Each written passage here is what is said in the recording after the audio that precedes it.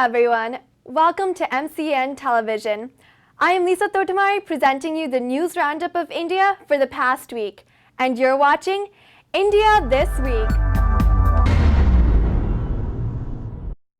We had an eventful week, and in this episode, we shall see the most interesting news in detail.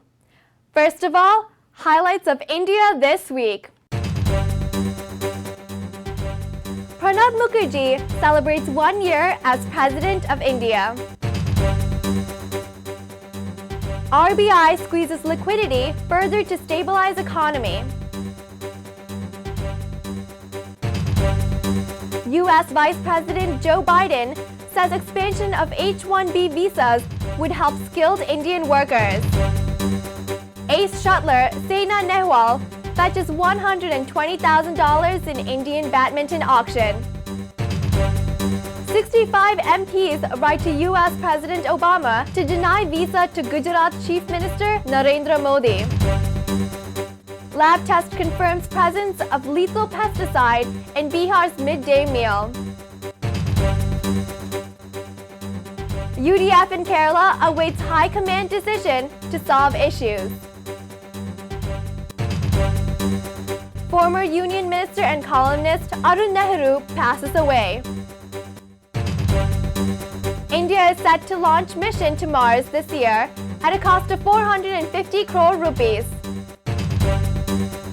Maruti Suzuki's June quarter profit increased to 6.32 crore rupees.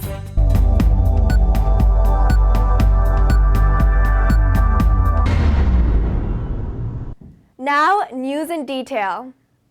Indian President Pranab Mukherjee completed a year in office on Thursday. As part of the celebrations, President inaugurated a Pranab Mukherjee Public Library for the residents of the Rashtrapati Bhavan and dedicated a cricket ground at Dr. Rajendra Prasad Sarvodaya Vidyalaya within the President's estate. The President interacted with governors across the country through a new video conferencing facility installed in the Rashtrapati Bhavan and hosted a dinner for the Council of Ministers. He also unveiled a bronze statue of Mahatma Gandhi. This week, Reserve Bank of India has further tightened the liquidity in the banking system. In order to stop the fall of Indian rupee and to stabilize the economy, the central bank has cut banks' borrowing from the Liquidity Adjustment Facility by half. Further, banks now have to maintain 99% of cash reserve ratio or CRR requirement on a daily basis, up from the earlier mandate of 70%. The central bank hopes that the measures will increase the short-term rate to curb speculation in the foreign exchange market. U.S. Vice President Joe Biden, who finished his 4-day visit to India, said, "India and U.S. share the same democratic values and have tremendous capability to work together in the region and around the globe." He said, "India is the economic hub of South Asia, with a dynamic economy and a market of 1.2 billion. Regarding the proposed curbs on immigration of skilled professionals to the USA, Biden said, "The Senate bill under discussion has provisions to benefit Indian workers seeking employment in the U.S. He said the bill would nearly triple the number of H-1B visas for skilled workers. The expansion of this program will certainly benefit many skilled Indian workers, since almost 60% of H-1B holders are from India." Indian Vice President M. Hamid Ansari at the banquet hosted in honor of Joe Biden said, "India and the United States should have more defense cooperation, more strategic dialogues, more economic exchanges, and more science and technology partnerships." At the players' auction for the debut Indian Badminton League, Saina Nehwal, the star shuttler of India, fetched $120,000. Meanwhile, the Malaysian ace player Lee Chong Wei emerged the most expensive player with a bid price of $135,000. Hyderabad Hotshots of Chennai-based PVP Ventures now owns world number 3 Saina, while Mumbai Masters owns world number 1 Wei. Sahara Group, which owns the Lucknow team, paid $80,000 for India's rising shuttler PV Sindhu. The world number 13, Parupalli Kashyap, was bought by the Bangalore franchise Bunga Beats for $75,000. The inaugural Indian Badminton League will be held from August 14th to 31st in a format similar to the Indian Premier League cricket. Each team will have 6 Indians, 4 foreigners, and 1 Indian junior player.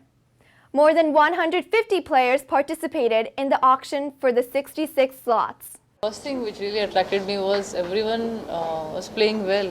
They all know how to play badminton, so it's really good to see that interest is growing and everyone is getting to know how to play badminton. And even in schools nowadays, the improvement is happening. So these things we wanted actually, to pick up kids from the schools who are playing well, and I can see that now such good schools like Genesis Global School is provided the kids with all kind of sporting facilities. So something like this should happen in every school so that the kids can come up and try to play the sport they want to play and they want to do well. So this is very important. The support from the teachers, parents, it's very much required, and you can see the result here itself, that how the kids are playing. So it's really nice to see this happening, improvement.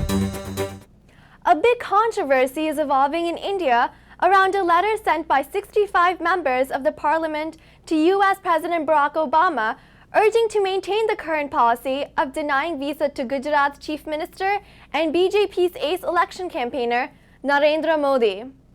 The letter, signed by the MPs from 12 different parties, was faxed last week to the U.S. as BJP President Rajnath Singh was in Washington urging for visa for Modi. The U.S. has imposed a visa ban on Modi after the 2002 riot in Gujarat.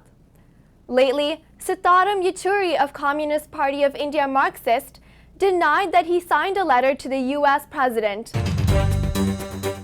Union Tourism Minister K. Chiranjeevi launched the Clean India campaign at Taj Mahal, Agra. The Taj Mahal is a white marble mausoleum and one of the universally admired masterpieces of the world's heritage. It is the second heritage site to be covered under Clean India project. Earlier in June last year, India Tourism Development Corporation has adopted Qutub Minar in Delhi with the objective to increase tourist arrivals to the country. The campaign also envisages improving quality of services in tourism and providing a hygienic environment in and around tourist destinations across the country. This initiative aims to create a collective mindset that promotes cleanliness and hygiene by a balance of persuasion, education, sensitization, training, demonstration, regulation, and involvement of every individual. A forensic report confirmed that the midday meal disaster in Bihar was due to traces of insecticide in the food sample. The lab authorities confirmed that samples of the free lunch collected from the school contained monocrotophos, a pesticide used for agricultural purposes and very toxic to human beings and animals.